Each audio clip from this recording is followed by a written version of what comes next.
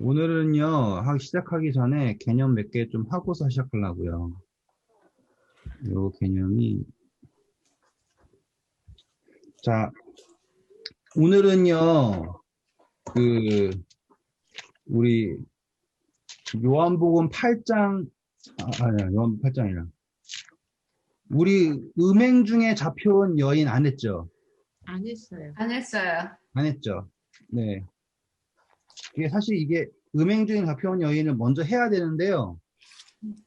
그거 하기 전에 이 후반부에 있는 이야기를 좀 하고 나서 음행 중에 잡혀온 이야기, 여인을 할 거예요. 그런데 이제 그걸 하기 전에 이제 개념을 조금 한번 해야 돼요. 그래서 이제 오늘 할 개념은 진리라는 거 할 거예요. 진리. 제가 적을 테니까 보세요, 한번. 자, 이 진리라고 하는 건요. 제가 예전에 한번 말씀드렸던 적이 있을 거예요. 진리라고 하는 거는 이게 개념은 절대적이거든요. 그렇죠? 개념상으로는 절대적인 것이 진리여야 해요. 맞아요. 그런데 실질적으로는 이 진리라는 건요. 엄청나게 상대적일 수밖에 없어요. 왜일까요? 왜 상대적일까요? 그 주인이 누구냐에 따라서 다르니까. 그렇죠. 진리라고 하는 건요. 무슨 과정이 거쳐야 되냐면 판단이라고 하는 과정이 거칠 수밖에 없는 게 진리예요. 그러니까는 아무리 이게 진리여도요. 이거 진리다라고 판단받아야 돼요. 그러니까는 판단받기 전에는 이 진리라고 하는 것은요. 뭐일 수밖에 없냐면 그저 사실 혹은 현상 혹은 개념 이런 정도밖에 안 되는 거예요. 결국에 아무리 어떤 것이 진리라고 하더라도 이것이 절대적일 수 없는 이유는 그 판단이라고 하는 것이 누가 하는 거니까 당사자인, 아시겠죠? 인간이라면 인간이 판단하는 것이고요. 그렇기 때문에 우리가 절대적이라고 생각하는 진리는 결코 절대적일 수 없는 거죠. 그렇죠? 그래서 이 진리라고 하는 것이 절대적일 수 있는 유일한 방법은 이 판단하는 존재들이, 그렇죠?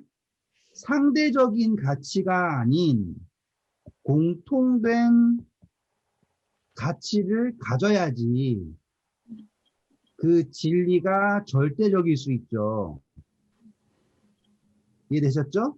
그래서 우리가 계속해서 공부했던 개념이 바로 성령이에요. 하나님께서 성령을 주시고자 하는 것은 이 진리라고 하는 것이 절대적이 될 수 있는 유일한 방법인 거예요. 물론 하나님이 진리세요. 그거는 사실이에요. 부인할 수 없는 사실. 하지만 지금 누군가에게는 하나님이 진리가 아니잖아요. 그쵸? 왜? 이 판단이라는 것이 다르기 때문에. 여기까지 되었죠? 그래서 지금 우리는 한 가지 문제가 생겨요. 그건 뭐냐면 이 진리라고 하는 것은 해석 또는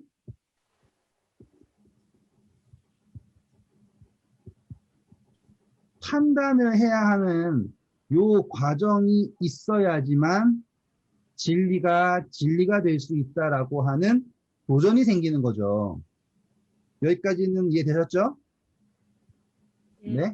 네. 같은 얘기 반복이에요. 근데 제가 지금 천천히 가는 이유는 이것이 우리를 어떻게 하나님을 바라보는가를 바꾸기 때문이에요. 자, 제가 산을 한번 그릴게요.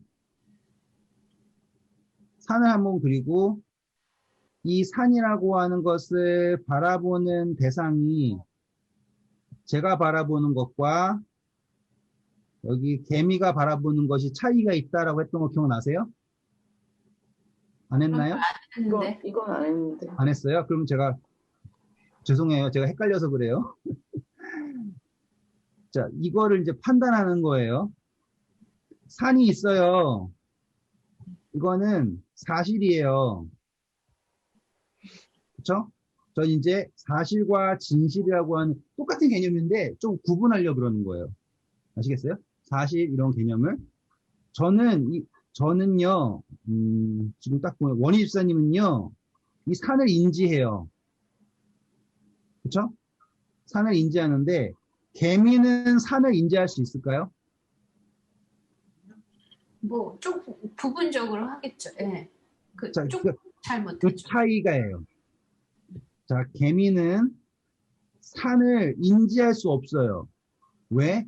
자신의 인지 범위를 벗어난 거예요. 지금 사실 인간도 지구라고 하는 것을 온전히 인지할 수 없죠. 그렇죠. 네, 왜? 완전히 인지 범위를 벗어났기 때문이에요. 그런데 원희 집사님은 이 산을 인지할 수 있어요. 왜? 인지의 범위에 들어가기 때문에. 자, 이제 원희 집사님이 이 개미한테요, 산을 인지시키고 싶어요. 그러면 어떻게 할 수 있을까요? 그래가지고 산에 있는 돌들을 하나씩 떼가 와가지고 보여줘요. 그러면 개미는 산을 인지할 수 있나요? 아니요. 없죠. 그러니까 이게 뭐냐면 사람들이 요구하는 표적이에요. 아무리 많은 표적을 분명히 산에서 가져온 거잖아요. 이것을 갖다 줘도 개미는 산을 못 봐요. 사실이잖아요. 분명히 우리는 사실을 갖다 줘요. 그런데 그 사실이 뭐가 될 수 없냐면, 제가 같은 말인데 다른 표현을 쓰는 거예요. 진실이 될 수 없는 거예요. 저는 이제 이 진실을 이제 진리랑 연결시키는 거예요, 이제. 같은 표현인데요. 제가 뭐 설명할 방법이 없어가지고 굳이 구분을 한 거예요. 사실, 진실 이렇게 구분한 것 뿐이에요. 산이 있다. 분명한 사실이에요. 이건 진실이에요.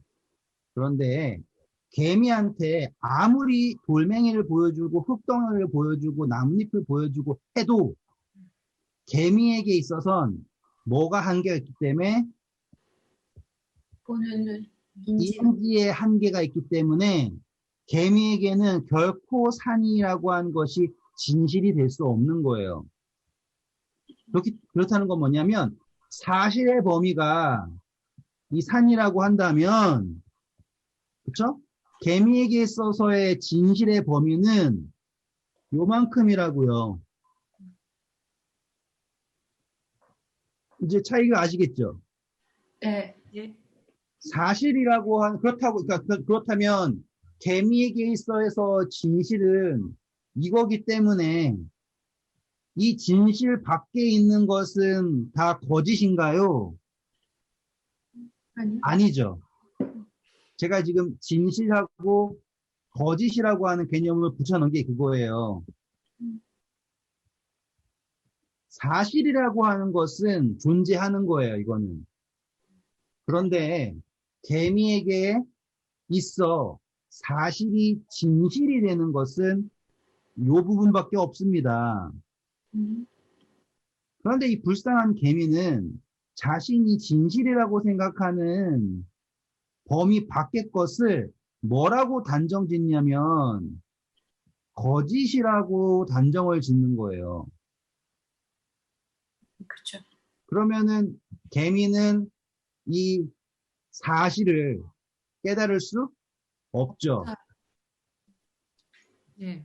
그렇다라면 지금 우리는 이 개미의 인지 범위 내에서 그게 되게 중요해요. 원일사님이 이 개미한테 이 사실을 알려주려면 어마어마한 노력이 필요한 거예요. 왜? 요 인지 범위 내에서 뭘 보여줘야 되니까? 하늘. 산을 보여줘야 되니까. 이게 엄청나게 힘든 거 아시겠죠? 네. 자, 그리고 또 한 가지만 더 할게요. 똑같은 거예요, 이제. 원일사님이요, 이제, 뭐, 핸드폰을 가지고 있어요. 그리고선 이걸로 통화를 한대요, 이렇게. 근데 개미한테 이 핸드폰으로 통화를 한다라고 하는 것은 어떤 의미가 있나요? 말도 안 되는. 아무 의미가 없죠. 그렇죠. 음. 네, 맞아요. 이게 뭐냐면 가치에 대한 인식이에요. 개미에게 있어서는 이 핸드폰으로 통화한다라고 하는 것은 인지의 범위 이거와 상관없어요. 그리고 우리 입장에서 어떻게 핸드폰을 하지? 신기하고 뭐 그랬으면 좋겠다 이런 개념도 아니고요. 가치 인식 자체가 없어요.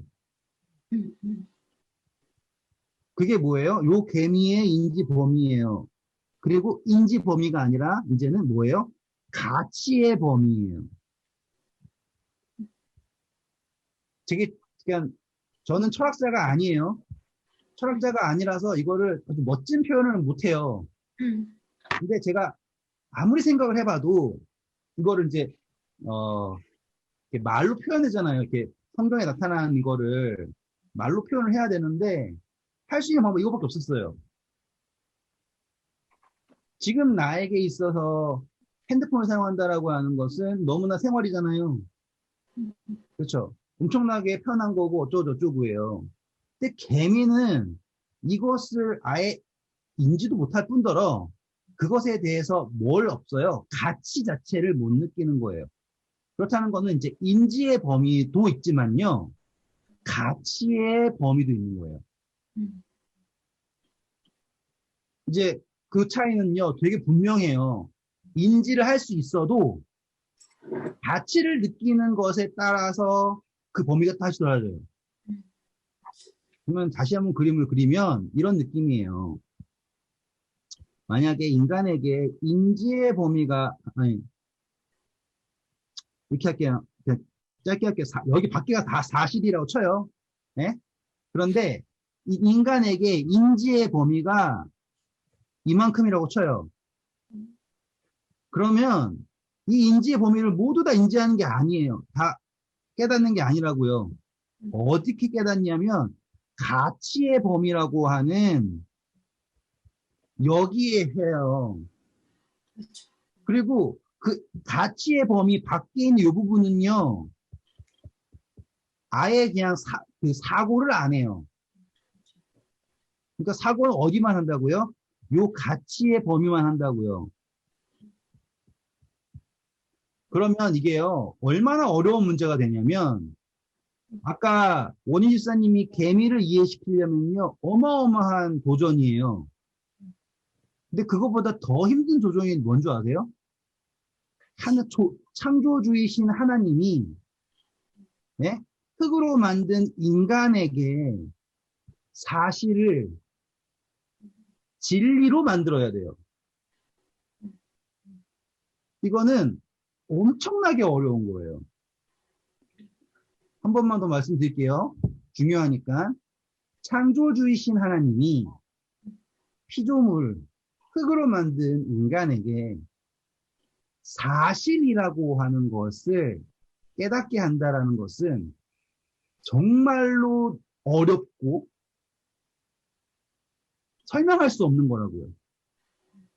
어떻게 하지 않는 이상 요 가치의 범위에 들어오지 않는 이상이에요.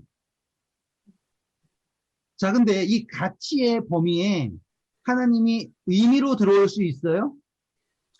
아니요. 없다예요. 그게 자유의지예요. 제가 말씀드리는 게 어떠한 수순인지 아시겠죠? 네. 지금 그래서 이 가치라고 하는 건요, 다시 쭉 표현하면요, 필요해요. 그렇죠. 그렇죠? 가치라고 하는 것은 사실이 아니에요. 필요한 거예요. 지금 제가 물에 빠지잖아요? 그럼 그제서야 제가 산소라고, 공기라고 하는 것이 필요하다고 느껴요. 그렇죠? 지금 하나님께서 하실 수 있는 유일한 방법은 인간에게 뭘 느끼게 하는 방법밖에 없는 거예요? 필요라고 하는 것을 느끼게 하는 그 방법밖에 없어요. 그러면 뭐가 움직여요? 자유의지라고 하는 것이 방향성을 갖는 거예요. 그전에는 가치라고 하는 것만 했는데 요만큼이라고 하는 인지의 범위에 있는 무언가를 찾게 되는 거예요. 아시겠죠? 네. 그래가지고 사람에게는 뭐가 있어요? 영혼을 갈급하는 살고자 하는 마음이 있죠. 그러니까 죽기를 두려워한다라고 하는 표현. 다음 천천히 가볼게요. 우리 다 같이 야고보서 먼저 가실게요. 야고보서 갔다가 우리 히브리서로 다시 갈 건데요. 요 야고보서 1장 보세요. 야고 오셨으면 13절부터 15절까지 읽어주세요. 사람이 시험 받을 때 내가 하나님께 시험 받는다 하지 말지니 하나님은 악에게 시험을 받지도 아니하시고 친히 아무도 시험하지 아니하시느니라. 오직 각 사람이 시험을 받는 것은 자기 욕심에 끌려 미혹됨이니 욕심이 잉태한즉 죄를 낳고 죄가 장성한즉 사망을 낳느니라. 네, 감사합니다. 제가 아까 말씀드렸죠. 가치의 범위. 그 가치의 범위에 나온 단어가 뭐냐면 바로 욕심이에요.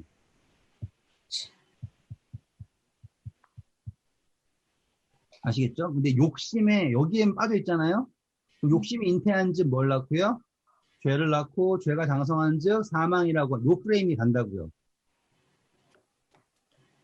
그런데 우리가 익히 아는 히브리서 2장 15절이에요. 히브리서 2장 15절. 또 죽기를 무서워함으로 한평생 매어 종노릇하는 모든 자들을 놓아주려 하심이니. 네, 감사합니다. 자, 보면은 뭐 어떤 마음이 같이 있는 거예요? 살고 싶은 마음. 그렇죠. 죽음에 대한 두려움이 있는 거예요. 지금 하나님께서는 요것이요. 하나님을 떠나게 하는 방향이 욕심이잖아요. 그렇죠? 그런데 그것을 막을 수 있는 방도를 주셨어요. 그게 바로 이 죽음이라고 하는 것을 인지하게 하셨어요.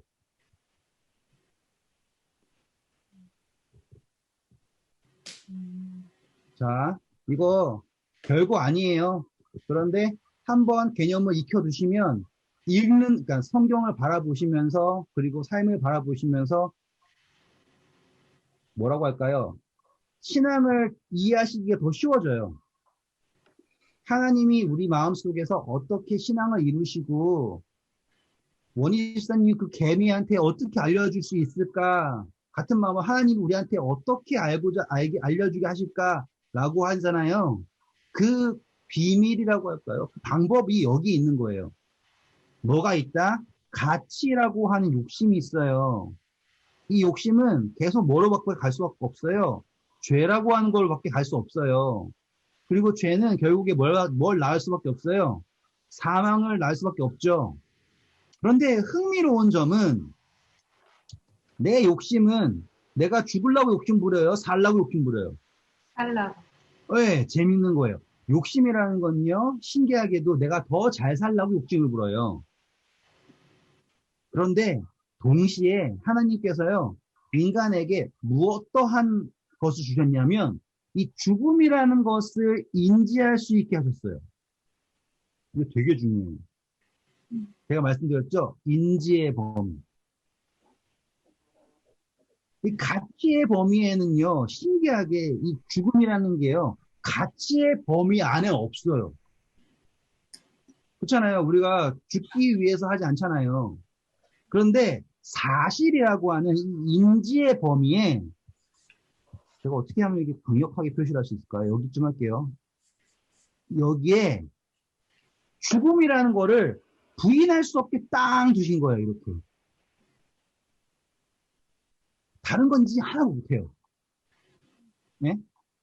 그런데 내가 욕심을 부려가지고 여기에서 막 어떻게 해보겠다고 막 난리를 쳐요. 어마어마하게 난리를 친다고요. 그런데 뭐 팀쿡이래 뭐야. 그 사람 누구예요? 스티브 잡스. 세상에서 제일 높은 하늘을 찔렀잖아요. 그래도 그에게 있어서 결국에 되는 건 뭐예요? 이 죽음인 거예요. 느부갓네살 죽음인 거예요. 진시황 죽음인 거예요. 다시 말하면 이 가치의 범위에 있지 않은데요. 절대로 부인할 수 없는 이 부분을 주신 거예요. 그러면 이 가치의 범위는요. 어떻게 될 수밖에 없냐면 이 죽음이라고 하는 죄송해요. 잘못 그렸어요. 죄송해요. 죽음이 여기다 그려야 돼요. 죄송합니다. 다시 그리세요. 인지의 범위 밖에 있는 거예요. 죄송해요. 다시 죄송합니다. 제가 말을 급하게 하다 보니까 사람은 죽음을 알지 못하죠. 그렇죠? 죽음을 알지 못하는데 죽음을 뭐 한다? 두려워. 인지하죠. 인지. 그 말이에요. 그러니까 인간의 인지 범위 내에 있지 않은데 뭘 할 수 있게 한 거예요? 죽음이라는 것을 인지하게 한 거예요. 그리고 그것을 뭐하게 한 거예요? 두려워하게 한 거예요. 되셨죠? 그러면 이 사람이라고 하는 존재는 뭘 할 수밖에 없는 거예요? 이렇게 방향이 생길 수밖에 없는 거예요. 아시겠죠? 이렇게. 다시 말하면 옛날 사람들이요. 계속 뭐에 대해 궁금해할 수밖에 없었어요? 사후 세계. 그게 방향성을 만들어 주신 거예요. 하나님이. 이 방향성. 근데 이 방향성이라고 하는 것은 사실상 여기 바로 밖에 있는 문제가 아닌 거예요. 그림을 다시 그릴게요. 이제. 아까 산이라고 하는 거 제가 가상으로 했어요. 네? 근데 이제는 어떤 느낌인 거냐면 우리 그때 이렇게 했죠. 그래가지고 이게 하나님이에요. 하나님은 뭐예요? 생명이죠. 그리고 하나님 밖에 있는 것을 우리는 생명이 없음이라고 했죠. 그걸 우리는 이제 죽음이라고 표현할게요. 일단은. 근데 실질적으로 뭐예요? 생명 없음이에요. 자, 인간의 인지 범위는 여기에요. 여기에요. 되게 조금이에요. 거기에서의 가치의 범위는 여기 거예요. 그런데 죽음이라고 하는 것은 어디 있어요? 여기 있어요. 그쵸? 근데 사람은 뭘 해요? 걱정하죠. 신기하게도 뭘 인지해요? 여기에 있는 것을 인지해요. 지금 제가 그리는 의도가 보이시죠? 네. 그러면 계속해서 뭘 바라볼 수밖에 없는 거예요. 죽음이라고 하는 것을 인지할 수밖에 없는 거. 그러니까는 뭐예요? 나의 인지의 범위가 어디로까지 확장될 수밖에 없는 거예요. 계속적으로. 죽음이라고 하는 것으로 확정될 수밖에 없는 거예요. 그쵸? 네. 그러면은 지금 그 개미가 뭐에 대한 이 휴대폰에 대한 필요성을 느끼게 되는 거예요. 그렇죠. 이제 이해되시겠죠? 그 가치를 인식하게 되는 거예요. 그래서 여기 있는 사람이요. 어떤 가치? 이 생명이라고 하는 가치를 인식하게 되는 거예요. 그래가지고 뭘 찾을 수 있게 하신 거예요? 하나님을 알만한 것이 그 속에 있음이라라고 하는 로마서의 말이 여기서 등장을 하는 거예요. 근데 방향성 자체는 뭘 인지함으로? 죽음이라는 것을 인지함으로. 그러면 재밌는 거예요. 왜냐하면 창세기 3장에 창세기 2장이죠. 먹는 날에 정령 죽으리라. 그쵸? 그러면은 그것에 대한 인식을 주셨다예요. 이해되시겠어요? 자, 하와랑 뱀이랑 제가 일전에 말씀드렸던 대로 하와는 아직까지 뭘 경험하지 못했어요? 죽음을 경험하지 못했죠. 그쵸? 그걸 배웠나요? 배우지 못했죠. 그래서 저 창세기 공부할 때 하와가 인지한 죽음은 하나님과의 분리다 그랬잖아요. 그런데 흥미로운 점은 하나님께서는 이제 막 창조된 인간에게 어떠한 것을 인지하게 하셨다? 죽음이라는 것을 인지하게 하셨다. 왜 그럴까? 죄를 짓기 전에 이미 무엇을 인지하게 하셨다? 죽음이라는 것을 인지하게 하셨다. 왜 그랬을까? 이거를 제가 다시 설명해 드리는 거예요. 중요한 접근이에요. 죄가 짓기도 전에 하나님은 너 이거 먹으면 내가 너 죽여버릴 거야. 이 개념이 아니라 그렇죠?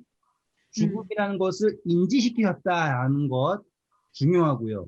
그 인지시켰다라고 하는 그 사실은 지금도 변함이 없어요. 그리고 그 죽음이라는 것을 인지시키시면서 동시에 지금 우리에게 다시 인지시키시는 건 뭐냐면 영생이라는 것을 인지시키래요. 근데 이것은 방향성이 이제 반대인 거예요. 제가 그때 말씀드렸죠. 이게 알파고 이게 오메가라면 그렇죠? 우리가 거듭난다라고 한 것은 어떠한 상태에 인정하는 거예요? 내가 죽은 상태라는 것을 인정하고 거기에서부터 어디로 향하는 알파로 향하는 방향성을 갖게 되는 거예요. 그렇다면 지금 피조물에게 하나님께서 죽음이라고 하는 것을 인지시키심으로 뭘 할 수 있게 되는 거예요? 그 가치의 범위를 확장할 수 있는 가능성을 만드신 거예요. 그러면 저는 왜 끊겨? 왜 이래? 네. 저는 제 인지 범위가 어디밖에 없습니까? 여기밖에 없죠? 네. 그러면 이것을 알기 위해서는 방법이 없죠? 네. 그랬을 때 제가 말씀드렸죠. 하나님께서는 임의로 그 가치의 범위에 들어오실 수 없다. 네. 뭐 때문에? 자유의지를 주셨기 때문에. 네. 그래서 우리가 뭘 하게 되는 거예요? 인지의 범위를 늘리기 위해서 누구를 받아들일 수밖에 없어요? 성령님이라고 하는 분을 받을 수밖에 없는 거죠. 이해되셨죠? 그게 죽음이라는 것을 인지시킨 이유예요. 너 잘못했으니까 죽어버려라가 아니라. 왜냐하면 죄라고 하는 것을 죽음으로 다스린다라고 하는 건요. 네? 죄라고 하는 것을 죽음으로 다스린다라고 하는 건요. 형평성에 맞지가 않아요.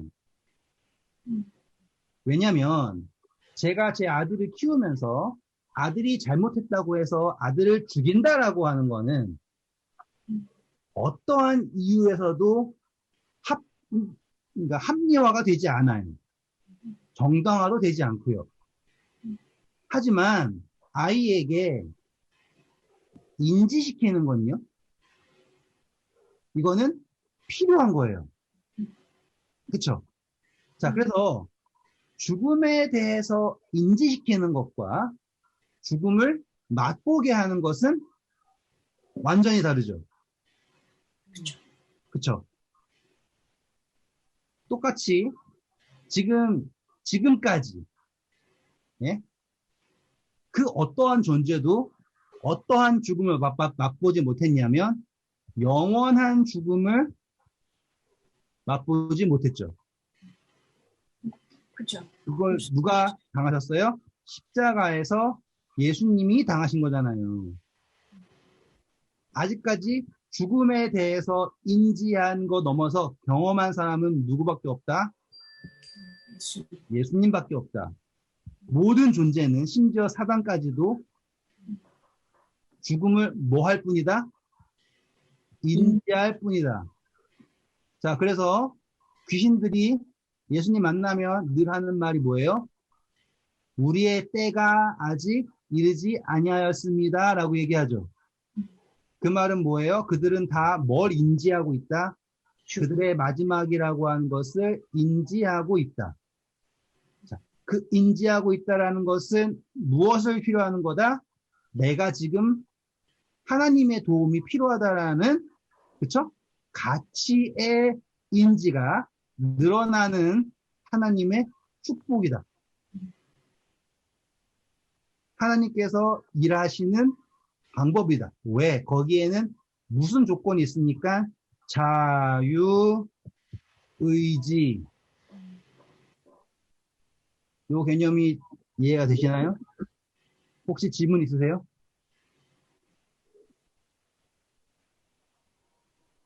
아니요. 아니, 진짜 질문 없어요? 근데 처음 어떻게, 예, 말씀하세요.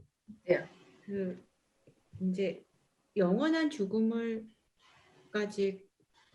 간 존재가 없잖아요. 예수님 빼고. 근데 네. 우리는 이제 만약에 안 믿으면 그게 영원히 네. 죽는다고 생각하잖아요. 아닌가? 안 믿으면, 그러니까 이제 그냥 그러니까 그게 이제 죽는 게 그냥 죽었다 이렇게 생각하잖아요. 그러니까 우린 잠든다고 말해도 이렇게 네. 그게 영원한 것처럼 인지하잖아요. 생각하잖아요. 그거는 어떡하지? 경험. 그러니까 내 생각에는 죽고 나면 만일에 마지막 날에는 영원히 죽을 거잖아요. 누군가가. 네. 죽고 나면 아무 의미가 없어. 그러니까 그 살게 하기 위해서 죽음을 가르쳐 주신 거고, 그 다음에 그 마지막이 되면 그 다음부터는 죽음이 의미가 없어. 죽을 사람 죽어버리면. 죽을 사람 죽어버리면. 근데 아니 네. 마지막 이번에 이제 지금 내가 내일 죽으면 그거는 경험이라고 할 수 없잖아. 나중에 또 태어날 거잖아. 그렇지. 근데 내가 내 생각으로는 죽었잖아, 영원히. 그렇게 생각하잖아, 내가. 나는 아까 그 말씀하실 때, 성교사님이 그 말씀하실 때, 어차피 다시 또 두 번째 또 죽을 사람도 지금 죽으면 경험이라고 하긴 좀 못하다. 그런 생각이 들어. 죽으면 모르니까. 그렇지, 죽으면 모르는데, 그러니까 죽고 나면, 그러니까 세상 마지막에 이제 죽을 사람 죽고 영생할 사람 영생하고 나면 이 죽음이라는 게 아무 의미가 없어. 그 다음에. 의미가 없지. 응. 그러니까 약간 이게 나도 아까 죽음을 경험한 사람 있는데 그랬거든. 근데 그러니까, 아닌 거야. 그러니까 사실은 아니래도 응. 나한테는 사실일 수 있다는 거지. 내가 느끼는 거. 느끼는 게 아닌가? 근데 못 느끼잖아 죽고 나면. 제가 그 부분을 좀 더 해드릴게요, 그러면. 그러니까 이건 나중에 해야 될 부분이지만 좀 땡겨서 해드릴게요. 제가 철학자가 아니어서 이걸 구체적으로 막 말로 이건 이거다 멋지게 표현을 못해서 그래요. 그러니까는 너그러운 마음으로 좀 따라와 주세요. 소화를 직접 시키고. 이렇게 한 단어로 설명하기 애매하긴 해요. 표현은 완벽한데, 그러기를 바랍니다. 아니야 이거 충분해. 충분하지. 이 표현이. 자, 지금 여기에서 우리가 빼먹고 있는 게 뭐냐면 사실이에요. 사실이라고 하는 것은 실제한다라고 하는 거죠. 그죠?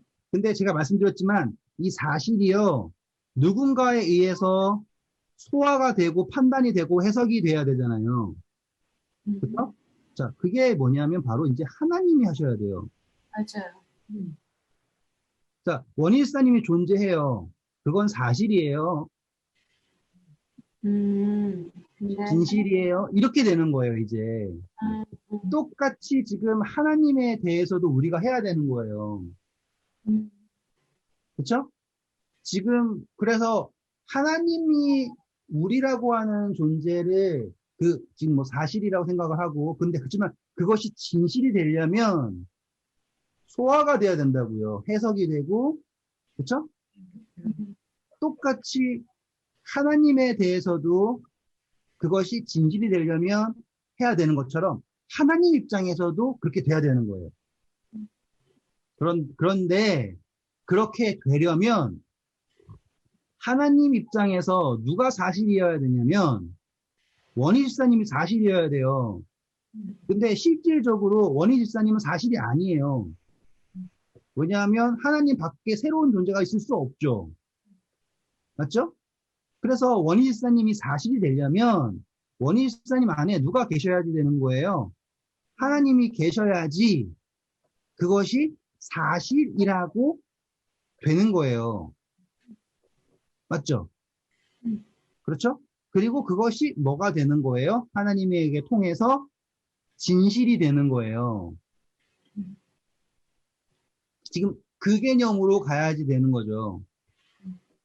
그래서 지금 아까 뭐 죽음을 경험한다, 어떻다, 이 개념은요, 첫 번째로 하나님 이외에, 다시 말하면 예수님 이외에 죽음에 대해서 온전히 이해하는 사람이 없어요.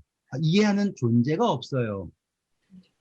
우리는 죽음이라고 하는 것을 막연히 두려움으로 인지하는 것 뿐이지, 죽음에 대한 이해가 전혀 없는 거예요.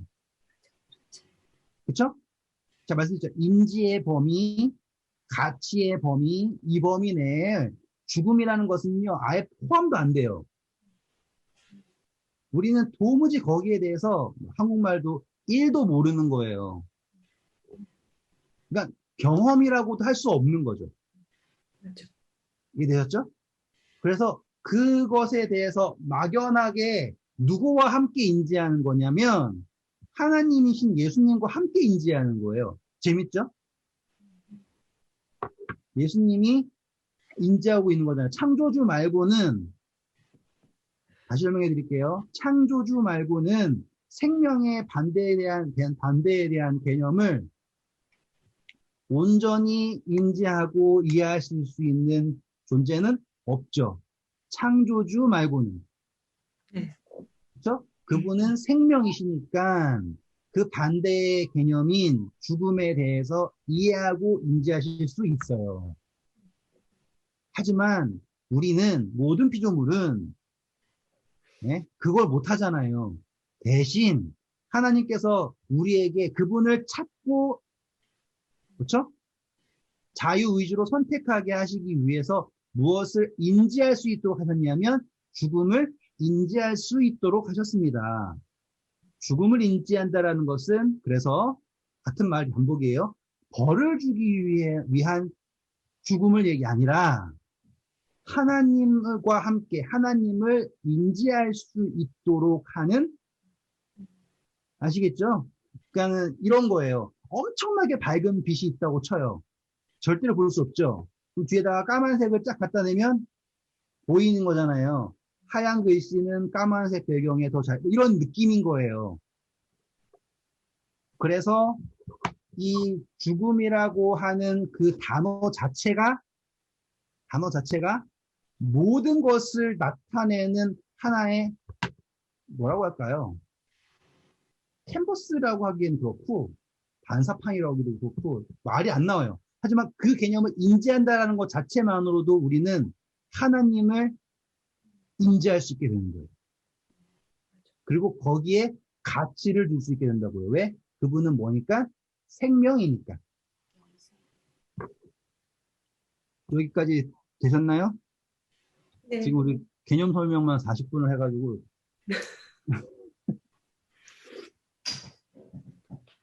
근데 제가 단언컨대 도움이 되실 거예요. 왜냐하면 죽음이라는 단어가 해서 우리는 그동안 심판으로만 봤잖아요.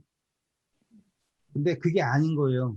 그리고 예수님 심판하셨다, 뭐 재림하셨다라고 했을 때 그때 드러나는 것은 사실이 진실이 되는 존재들이 남는 거예요. 그렇죠? 그리고 그 진실이 되는 것은 오로지 누구의 선택에 달려 있냐면 우리의 선택에 달려 있는 거예요. 왜? 하나님 이미 다 선택했으니까. 먼저 다 모든 사람이 구원받는 거 선택하셨고 거기에서 뭐가 자기 스스로가 쭉정이라는 것이 드러나는 거잖아요. 왜? 여기에 열매처럼 보이는데 속에 뭐가 없어요? 알맹이가 없어요. 그렇죠? 네. 다시 이제 오늘 하려고 했던 거 보겠습니다. 요한복음 8장이에요. 자, 요한복음 8장. 야, 이거 어떡하지? 31절부터 한번 읽어주세요. 그러므로 예수께서 자기를 믿은 유대인들에게 이르시되 너희가 내 말에 거하면 참으로 내 제자가 되고 진리를 알지니 진리가 너희를 자유롭게 하리라. 그들이 대답하되 우리가 아브라함의 자손이라 남의 종이 된 적이 없거늘 어찌하여 우리가 자유롭게 되리라 하느냐. 예수께서 대답하시되 진실로 진실로 너희에게 이르노니 죄를 범하는 자마다 죄의 종이라. 종은 영원히 집에 거하지 못하되 아들은 영원히 거하나니 그러므로 아들이 너희를 자유롭게 하면 너희가 참으로 자유로우리라. 나도 너희가 아브라함 자손인 줄 아노라. 그러나 내 말이 너희 안에 있을 곳이 없으므로 나를 죽이려 하는도다. 네, 감사합니다. 요 흐름에서 지금 계속 진리를 말씀하셨고요. 그 진리와 상응하는 거를 뭐라고 했냐면 나의 말이라고 했죠. 그쵸? 지금 이제 오늘 해야 될 걸 너무 늦게 시작해가지고 죄송해요. 진리가 있어야 돼요. 진리를 안다라는 건 뭐냐면 우리를 뭐 한다라는 거예요? 자유롭게 하는 거예요. 어디로부터요? 죄의 종되는 것으로부터 자유롭게 한대요. 왜냐하면 그 진리라고 하는 범위가 이 사람들에게 포함이 되어 있어요? 없어요? 없어요.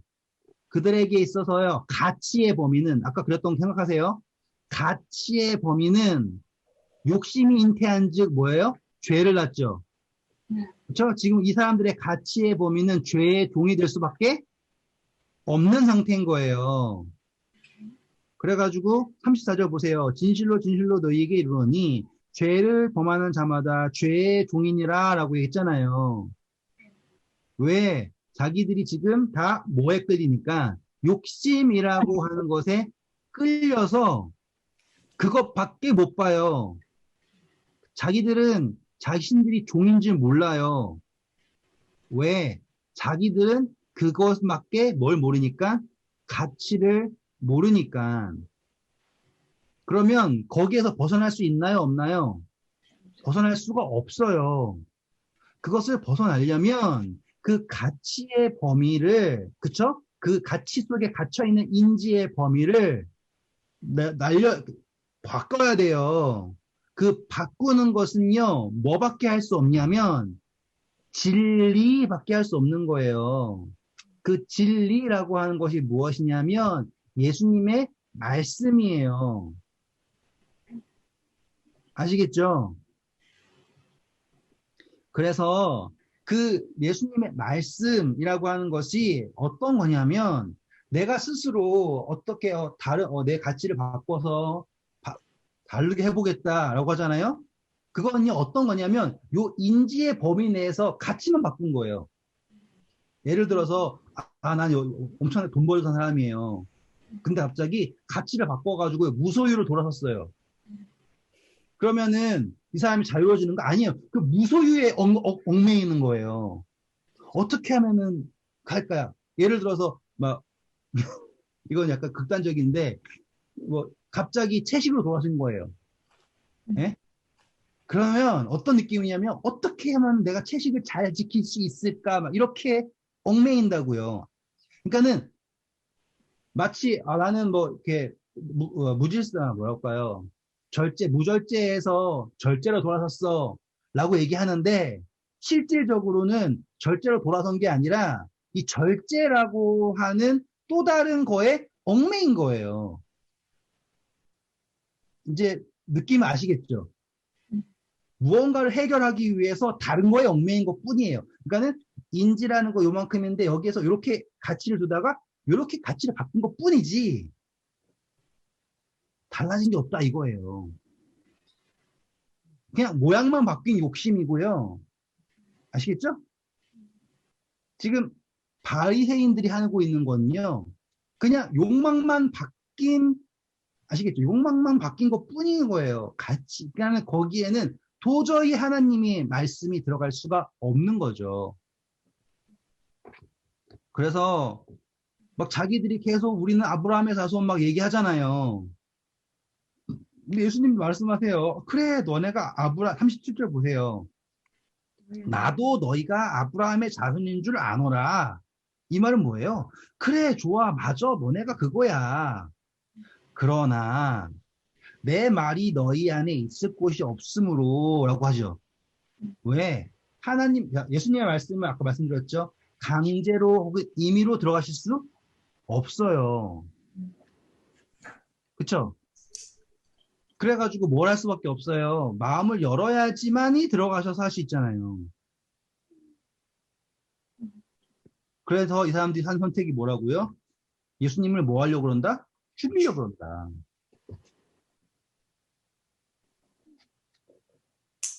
지금 요 이야기를 제가 방금 전에 설명했던 그림을 안 그리고 하면은 어떤 것만 나오냐면 보세요. 이 사람들이 자기 생각만 해가지고 예수님을 핍박해서 죽이려고 했습니다. 우리는 그러면 안 됩니다. 요렇게 결론이 나와요. 요렇게. 근데 지금 우리 앞에 방금 함께 나눈 엉성하지만 개념을 알잖아요. 그러면 우리는 새로운 걸 아는 거예요. 나조차도 예? 예수님이 아닌 내 가치가 잘못됐어. 나는 좀 달라져야 돼. 이렇게 선택을 하고 아무리 내가 인지하는 그 인지의 범위에서요. 아무리 가치의 모양을 이렇게 바꾸고 저렇게 바꿔도요. 자유가 없는 거예요. 똑같은 말로 예수님 믿으면서요. 어떻게 하면 돼요? 뭘 바꾸면 될까요? 예? 뭘 하면 좋을까요? 아무리 난리를 쳐도요. 자유가 없는 거예요. 우리에게 필요한 건요. 진리를 알지니 진리가 너희를 자유롭게 할 것이다. 라고 하는 그 표현이에요. 마치 뜬구름 잡는 것 같지만 사실 그게 전부예요. 그게 뭐냐면 내가 지금 인지하지 못한다. 내가 알 수 없다라는 걸 분명하게 알아야 돼요. 그게 첫 번째예요. 내가 지금 인지하고 있는 죽음, 내가 두려워하고 있는 죽음, 그쵸? 그것이 나에게 속하지 않았다. 내가 알 수 있는 게 아니다라는 거를 분명히 납득을 해야 되는 거예요. 내가 아무리 열심히 가치를 받고 난리를 쳐도 난 살 수 없다라는 걸 알아야 되는 거예요. 그러면 결국에 나는 누구밖에 선택할 수 없다라는 거예요. 예수님밖에 선택할 수 없다라는 거예요. 그러면 시작점이 어떻게 달라지냐면 나는 죽은 사람이다로 시작하라는 거예요. 그게 갈라디아서에 나오는 내가 십자가에 못 박혀서 죽었잖아요. 그렇죠? 그러면 내가 살아있다라는 것 자체가 내가 살았다라는 게 아니라 내 안에 그리스도가 사시는 것이구나 라고 하는 새로운 발단이 생기는 거예요. 지금 요 발단은요, 우리가 생각하는 발단과 완전히 달라요. 그 전에 우리가 익히 생각했던 발단은 뭐냐면 내 자아를 죽여야 돼요. 예? 나 이거 하고 싶어요. 근데 너 그리스도인이잖아. 그거 하면 돼? 안 돼. 예? 뭐 특별히 뭐 이거 하면 안 되고 뭐 이거 하면 안 되고 염색하면 이런 거 있잖아요.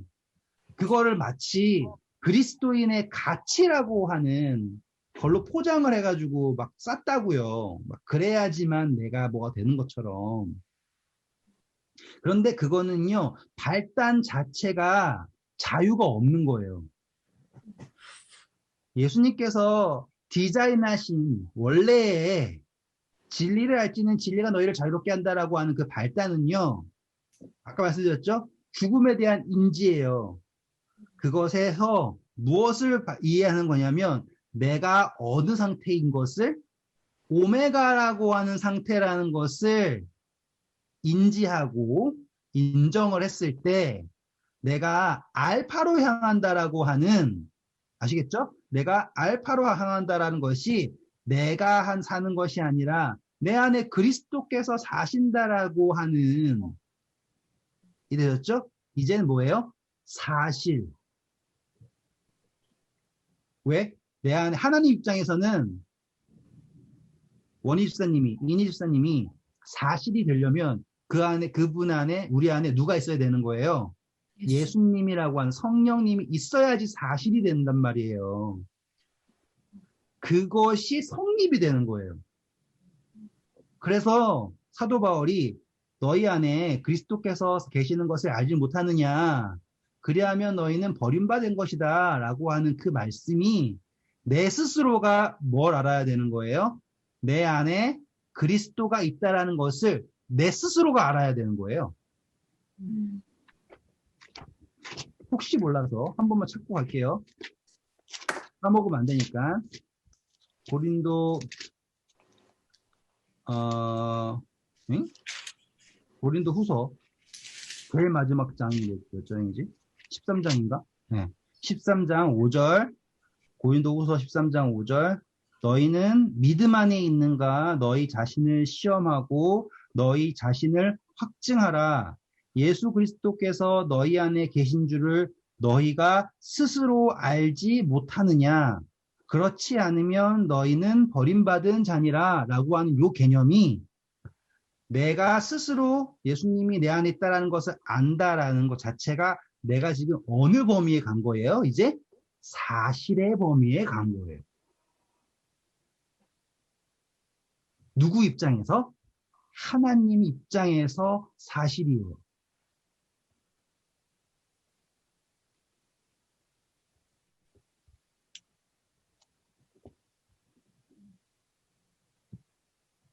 그리고 그때서야 비로소 나에게 자유라는 게 오는데요.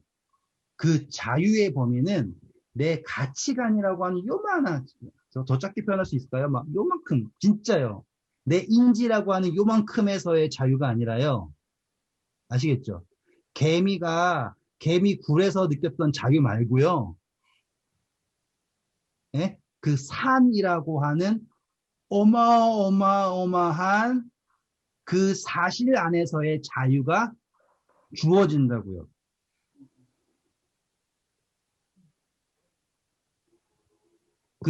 이제 좀 이렇게, 뭐라고 할까요? 이게 되게 추상적인 개념인데요. 조금이라도 현실적으로 느끼셨으면 좋겠어요, 저는. 실적으로 느껴요. 진짜 예수님이 어떠한 자유를 주고 싶은 건지, 진리를 알면 자유롭습니다. 이 말이 막 몰랐던 거 알면은, 내가 알았네. 이게 아니라요. 그 진리라고 하는 그 범위가, 막, 우와, 그러니까 그런 빵빵빵을 좀 전하고 싶었어요, 오늘. 참, 이게 말이 짧아서 아쉬워요. 아닌데 그거는 뭐지? 근데 그냥 오늘은 좀 그러면 뭐지? 완전히 내가 그냥 피조물이네. 요거를 조금 더 아니 그거를 가끔 생각이 나는데요. 내가 항상 내가 피조물인 거를 좀 자주 까먹고 살아요. 근데 완전 피조물이네. 어떨 때는 좋고 어떨 때는 좀 너무 내가 피조물 아닌 마음을 많이 갖고 있어서 그 마음을 바꾸는 게 좀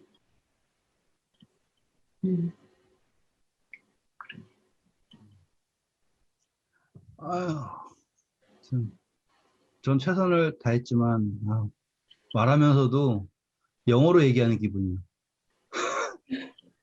나는 어떻게 이 이상 표현할 수 있지 이거를 그렇게 생각하고 있어요. 아니, 그 표현은 이보다 더 잘은.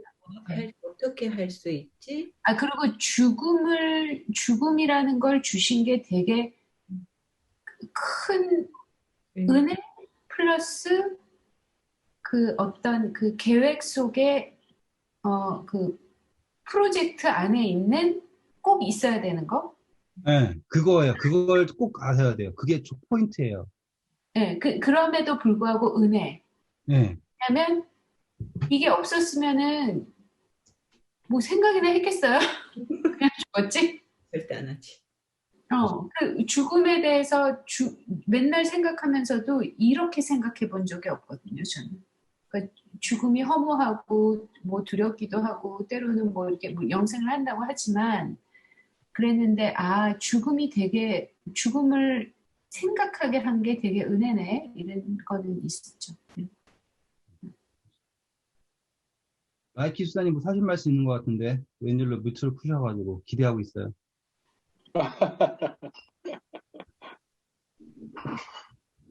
그냥 항상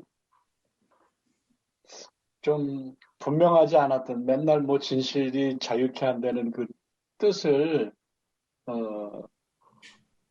무슨 뜻이겠다라는 것만 알았지 이렇게 확실하지 않았던 거가 좀 인지된 것 같아요.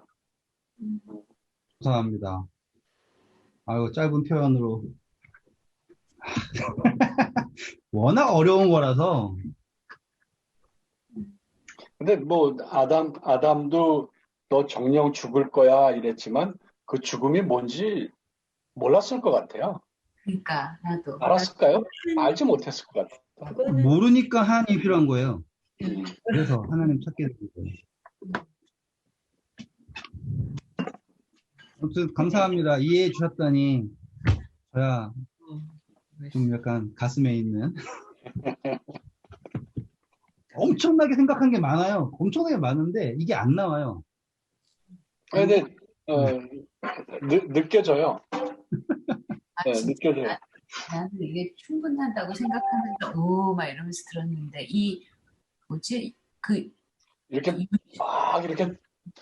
이렇게 떠서 얘기를 하는 것 같지만 하여튼 이렇게 들어왔어요. 네. 다행입니다. 제 주제에선 최선이었어요. 예, 성령님께서 오히려 더 크게 은사를 주셔서 아멘, 깨닫게 하시길 간절히 바랍니다. 아멘. 감사합니다. 네, 좋은 밤 되세요. 네, 수고하셨습니다. 네.